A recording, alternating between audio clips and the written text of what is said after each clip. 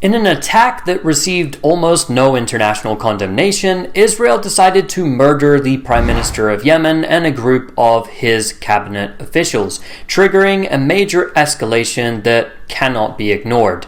Now, since the genocide in Gaza began, the only Arab country that has stepped in to contest Israel has been Yemen, first by imposing a blockade on all Israeli-linked shipping in the Red Sea, and eventually through the use of drones and missiles against targets in occupied Palestine.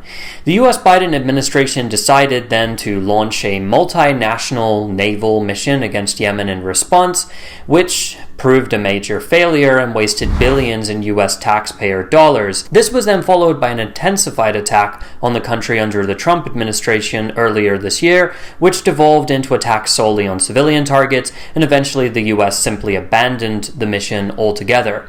Israel, however, has not been happy with the lack of progress towards halting Yemen's solidarity with the Palestinian people, and has periodically carried out attacks targeting civilian areas, inflicting massacres against unarmed people and the likes of port workers. Yemen has made it abundantly clear that its attacks and blockade on the Red Sea will end when Israel agrees to a ceasefire, and it even implemented this pledge earlier this year when Hamas and Israel agreed to end hostilities.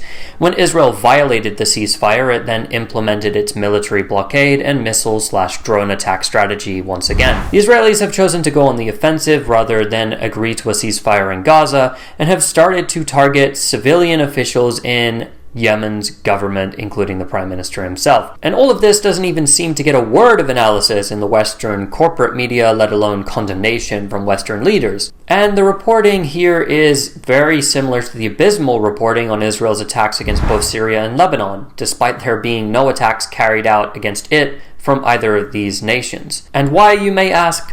The answer is simple. The goal of the Western corporate media is to keep the public in the dark about what the Israelis are doing, then turning around and running an Israeli victim narrative when they are struck in retaliation.